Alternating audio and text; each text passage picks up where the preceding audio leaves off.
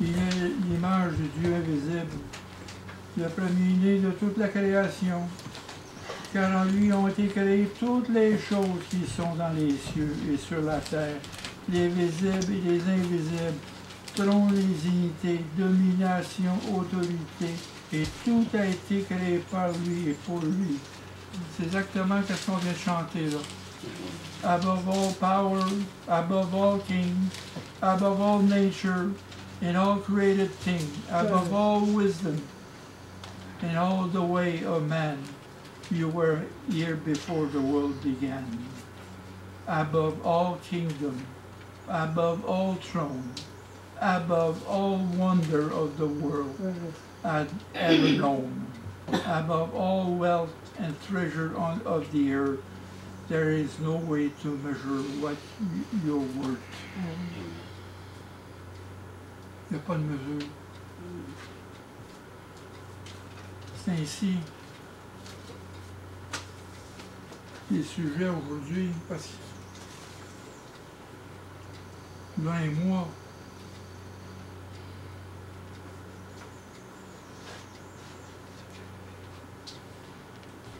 on disait qui est Jésus? Qui est Jésus pour vous aujourd'hui? C'est une réponse que vous avez à répondre. M'engager. Car ce qui est intéressant, c'est que la divinité de Jésus peut être la question la plus importante à laquelle on doit répondre au sujet du christianisme. Qui est Jésus? Là et moi, on a passé à partir de Jean 8, aller jusqu'à le 11e chapitre de Jean, où c'est que les pharisiens et le peuple demandaient d'où qu'il vient, qui il était.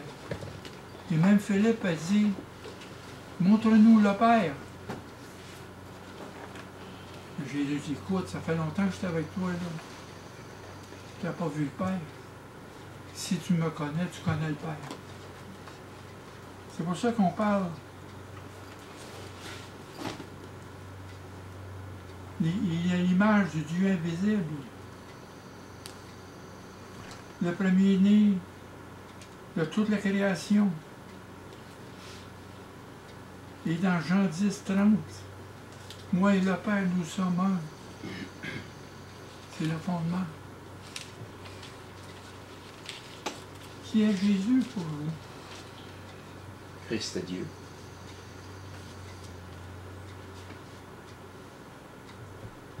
Jésus ne laisse aucun doute dans l'esprit de ses auditeurs quant au fait qu'il affirme être Dieu. Il n'y a personne qui peut être indifférent au nom de Jésus. Il y en a qui sont assis sur le bord de la clôture, ils ne savent pas quel bord prendre. On l'accepte ou on le rejette.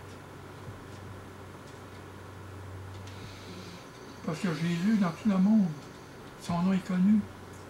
Dans tout le monde entier, le nom de Jésus est connu.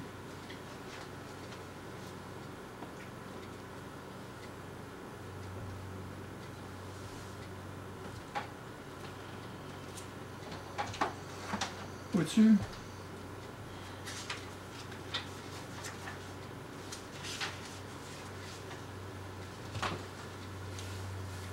Pour les Mormons,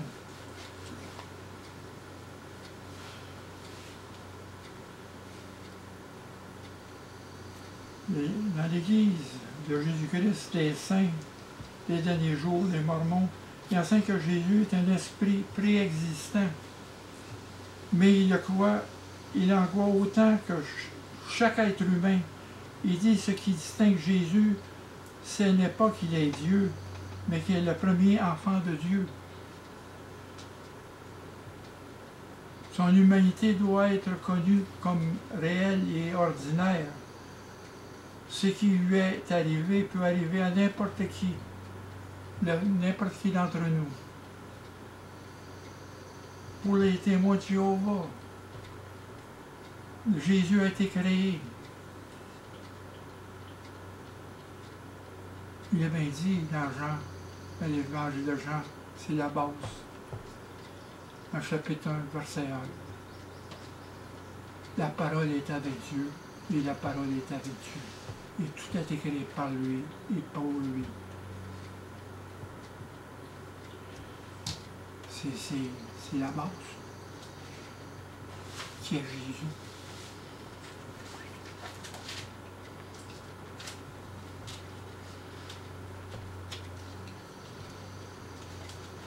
Et pour les musulmans, selon dans le surat, Jésus n'est qu'un messager d'Allah.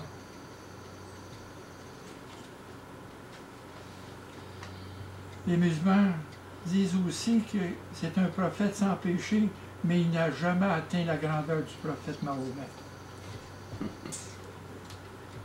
La conception de Jésus.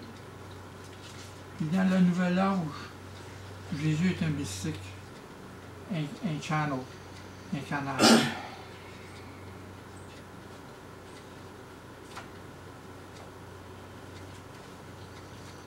Oui, c'est Jésus.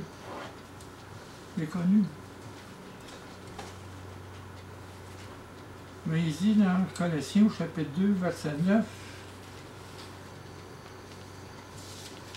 car en lui habite corporellement toute la divinité, la plénitude de la divinité. Toute. Et au verset 19 dans le chapitre 1, car Dieu a voulu que toute la plénitude habite en lui. Il répète ça 2 fois.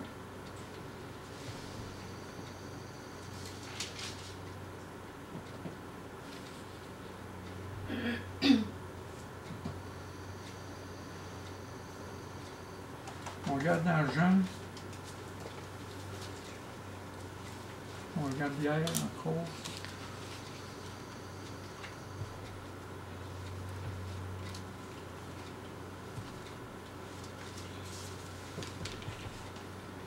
Encore, je répète là, Jean 1, chapitre 1, verset 1 et 2.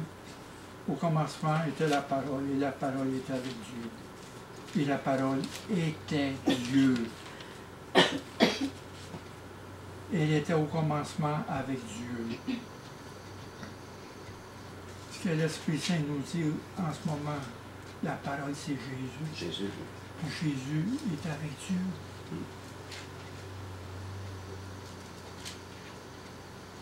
Et la parole était Dieu. Souligné, la parole était Dieu. C'est dit clairement. Comment qu'on peut défaire ça?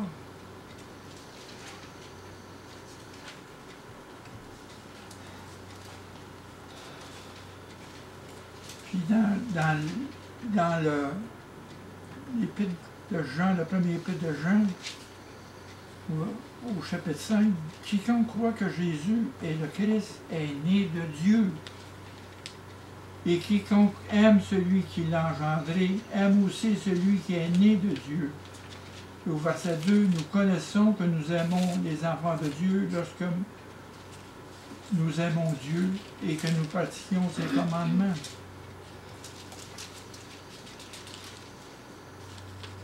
Et au chapitre 4, dans les 7 épîtres, il dit « Bien-aimés, n'ajoutez pas foi à tout esprit, mais éprouvez les esprits à savoir s'ils sont de Dieu, car plusieurs faux prophètes sont venus dans le monde. Reconnaissez à ceci l'Esprit de Dieu. Tout esprit qui confesse que Jésus-Christ, venu en chair, est de Dieu. » Oui, on parle de Dieu, on parle de l'image de Dieu invisible. Tout le monde voulait voir Dieu. Mais Dieu s'est manifesté par l'homme en premier. Si on voit avec Moïse dans le buisson ardent, Dieu s'est manifesté, Dieu lui a parlé. Il a dit « Je suis ». Et après ça, un temple a été bâti pour que la gloire de Dieu siège parmi son peuple choisi. Parce qu'on va avoir la visibilité de la gloire de Dieu, on va voir Dieu. Et encore là, c'est par la foi. Par la foi. car la foi est une femme démonstration des choses qu'on ne voit pas encore.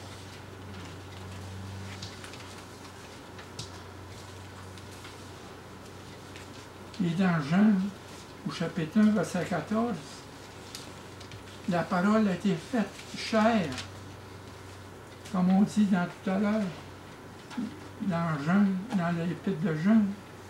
Si on confesse que Jésus est venu en chair, on est de Dieu.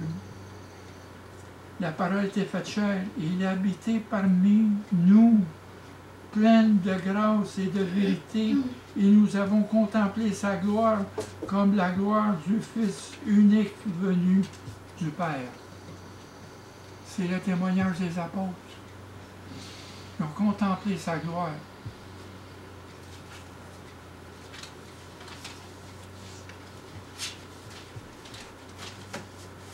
Commencez. David a fait la conquête de Jérusalem avant de bâtir avant de faire l'architecture du temple. Parce que Jérusalem était la seule place qui n'était pas conquise dans tout Israël. Jérusalem appartenait aux Jébusiens. Jérusalem n'a pas été conquis encore. C'est David qui a conquis Jérusalem. Si on voit dans 1 Chronique, au chapitre 22, verset 1, quand David a conquis Jérusalem, David dit, ici, ce sera la maison de l'Éternel Dieu. Ici, ce sera l'autel des holocaustes pour Israël. Et la conquête de Jérusalem par David, ça fait la cité de David, la cité de Dieu. Et David a fait tous les préparatifs pour le temple. Mais c'est Salomon qui a bâti le temple. Parce que Dieu voulait que sa gloire siège parmi son peuple choisi. Le temple. Commencer par le temple. Et dans le désert, Moïse a traîné la tente d'assignation avec le tabernacle, comme Moïse, comme Dieu a décrit comment que ça devait se faire. Et là, David a préparé les préparatifs pour bâtir le temple, il a tout ramassé les matériaux.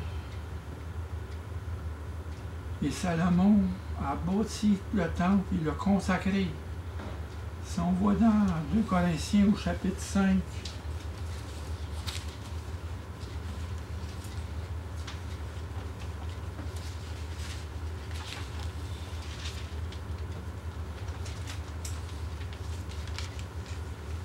au verset 13, 14, il dit, lorsque ceux qui sonnaient la trompette et ceux qui chantaient s'unissaient d'un même accord pour célébrer et pour louer l'Éternel, firent retentir les trompettes, les cymbales et les autres instruments, et célébrèrent l'Éternel par ses paroles, car il est bon, car sa miséricorde dure toujours. En ce moment, la maison de l'Éternel fut remplie d'une nuée. Les serviteurs ne purent y rester pour faire le service à cause de la nuée, car la gloire de l'Éternel remplissait la maison de Dieu. Donc, Dieu siégeait avec sa gloire dans son temple, parmi son peuple choisi. Mais Jésus a dit, dans Jean, chapitre 2, versets 18 et 19,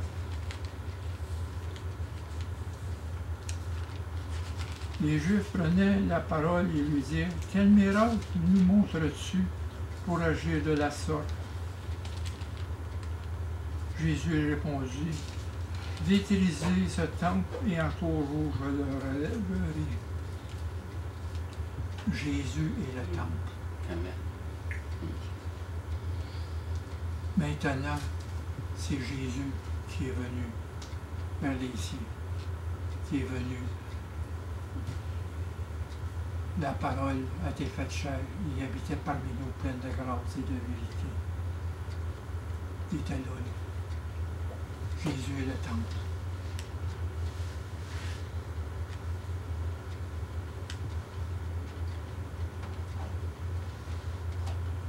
Parce qu'au verset 18 dans le Colossien, il est la tête du corps de l'Église. Il est le commencement, le premier-né dans toutes les morts, afin d'être en tout le premier. Son corps, c'est là son temple, c'est l'Église. Et nous faisons partie de cette Église. Dans Éphésiens,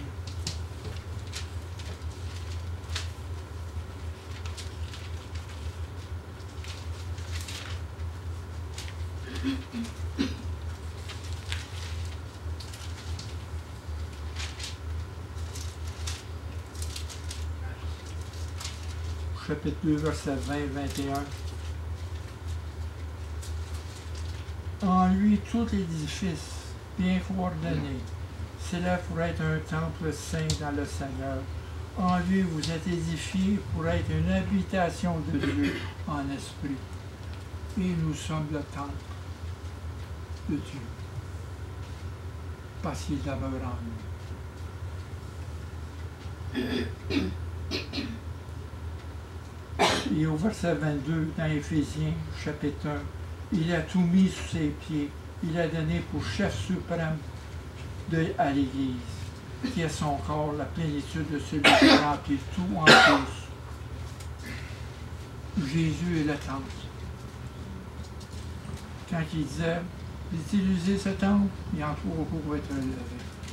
Il ne savait pas ce que ça voulait dire. Même les apôtres ne savaient pas.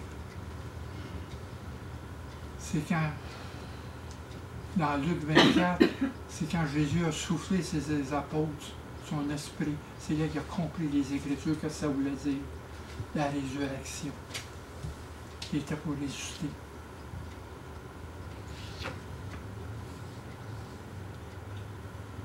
Jésus est le corps et l'édifice et son Église. Et dans Actes, au chapitre 11, au chapitre 4, versets 11 et 12,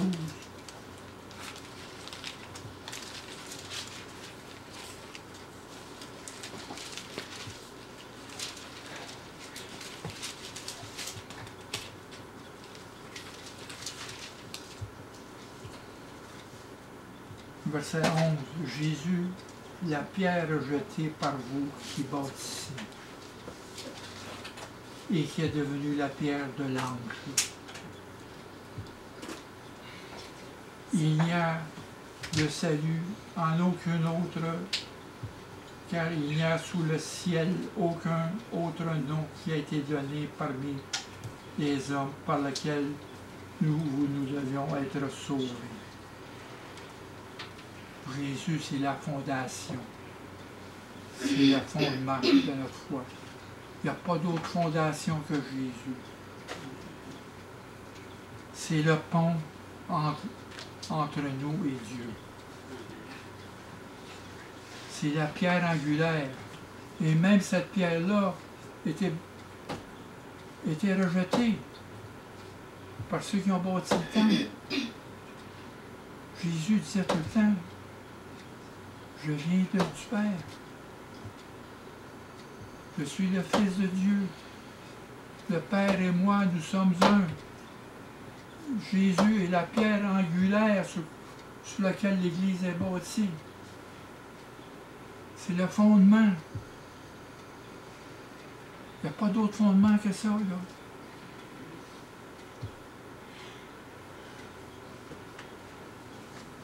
Et cette pierre est encore rejetée parce qu'on veut s'éloigner de Jésus. On se détourne de Jésus de plus en plus. On veut se créer un autre évangile qui peut nous satisfaire nos besoins. Il y a des faux prophètes et des faux docteurs.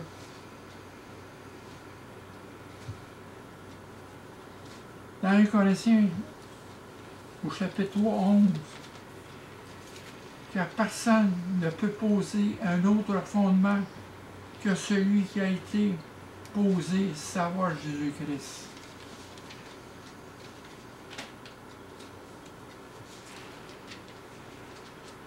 Votre vie est consacrée à lui.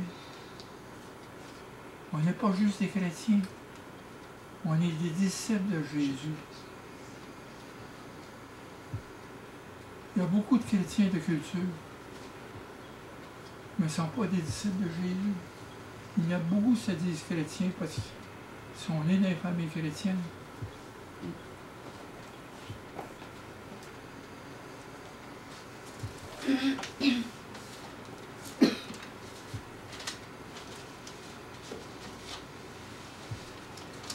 Dans 2 Corinthiens, au chapitre 4, verset 5, nous prêchons pas nous-mêmes. C'est Jésus-Christ, le Seigneur, que nous prêchons. Et que nous disons aux serviteurs à cause de Jésus. La prédication de l'Évangile ne repose pas sur la sagesse des hommes, mais sur la démonstration de l'Esprit et de la puissance de Dieu. C'est pas avec des fins discours qu'on amène ça, avec la sagesse de l'homme, mais c'est avec la sagesse de Dieu. C'est l'Esprit en nous qui parle. Nous avons tous le même esprit. Parce que personne ne peut dire que Jésus est le Seigneur si c'est l'Esprit Saint. Il n'y a personne qui peut dire que Jésus est le Seigneur si c'est l'Esprit Saint qui est en nous.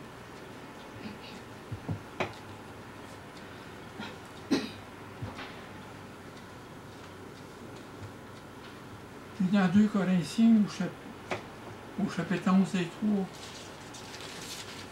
4 et 5,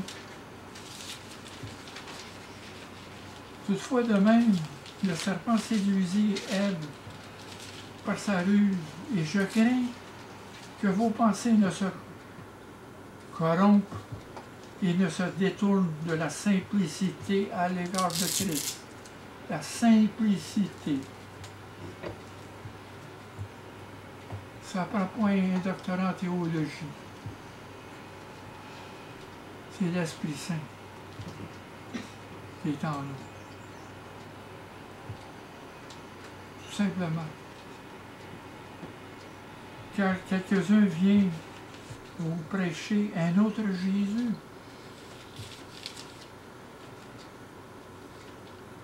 Celui que vous avez, que celui que nous avons prêché. Ou si vous recevez un autre esprit que celui que vous avez reçu, ou un autre évangile que celui que vous avez embrassé. Vous le supportez bien.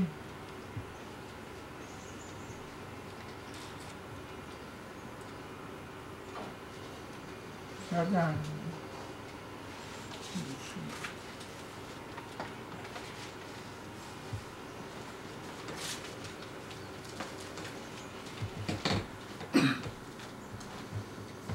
À plusieurs reprises, Paul avertit de la terrible possibilité de l'apostasie, de se détourner de Dieu. Et nous ne sommes pas à l'abri de ça.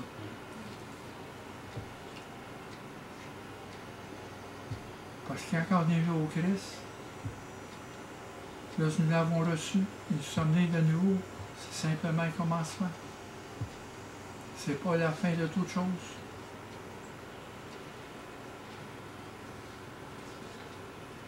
Et il dit à Timothée, il sait que, d'après elle, tu combattes le bon combat en gardant la foi et une bonne conscience.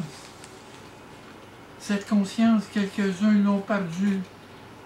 Ils ont fait naufrage tant qu'à la foi. De plus en plus, on va voir ça.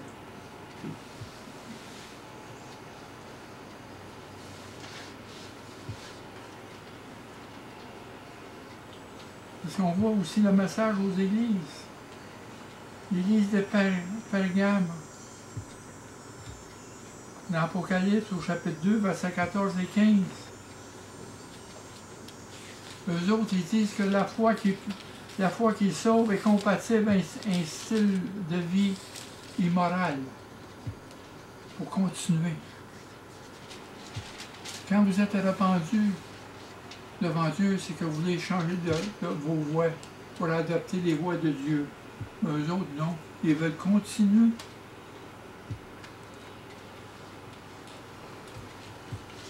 Ils veulent monter dans l'immoralité, la mondanité, parce qu'il faut, on est séparé du monde. On est à contre-courant du monde. Complètement, on n'est pas conforme au monde.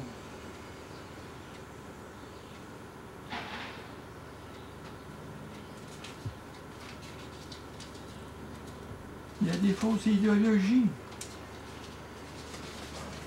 Et aussi dans l'église de Thyatire, l'esprit de Jézabel. Ces tendances parmi les conducteurs à tolérer le mal dans l'église, à tolérer le péché dans l'église, l'injustice et les enseignements antibibliques.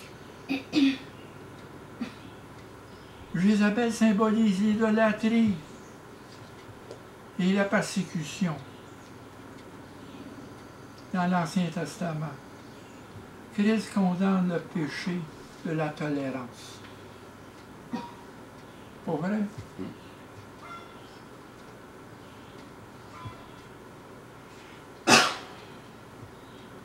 Pourquoi que Dieu nous a mis là sur le chemin de la repentance?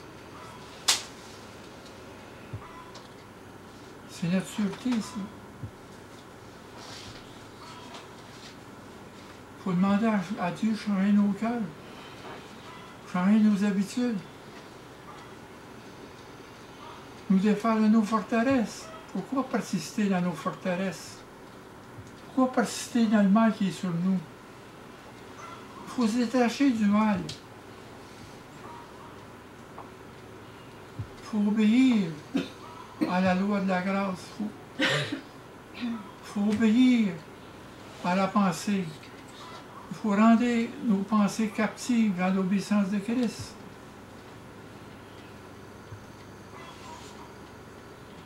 Jésus, c'est notre fondation. Où vous voulez aller sans lui? Qu'est-ce qui est Jésus pour chacun d'entre vous? Repentez-vous. Baissez pas les bras. C'est la question imminente. Qui est Jésus? Et personne n'est indifférent. Même l'athée, ceux qui sont athées, n'est pas indifférent. Parce que dans Ecclésiaste chapitre 3, verset 11, Dieu a mis le sens de l'éternité dans tout homme. Le sens de l'éternité d'une grandeur qui est plus au-dessus d'eux. C'est impossible que quelqu'un y est athée. Non. L'athéisme, c'est parce que tu veux pas voir. Point. Parce que tu sais dans ton fort intérieur. Tu regardes la création, tu sais qu'il y a quelque chose de plus grand qu'autre. Tout est visible dans la création. Oui, comme disait un Romain, au lieu d'adorer le Créateur, ils ont adoré la créature. Ils ont fait des idoles. Ils ont taillé des images.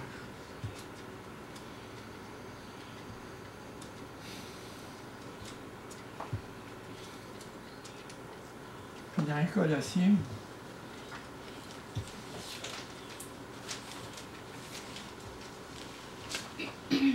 au chapitre 2, verset 16, que personne donc vous juge au sujet du manger ou du boire, ou au sujet d'une fête, d'une nouvelle lune, ou des sabbats. C'était l'ombre des choses à venir, mais le corps est en Christ. Encore là. Tout ça, c'était pour annoncer que Christ s'en venait. Où c'est qui se faisait dans le temple?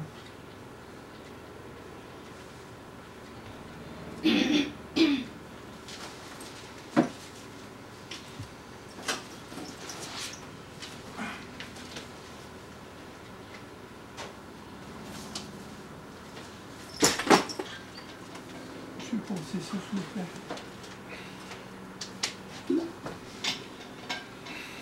Je vais poser ça aussi.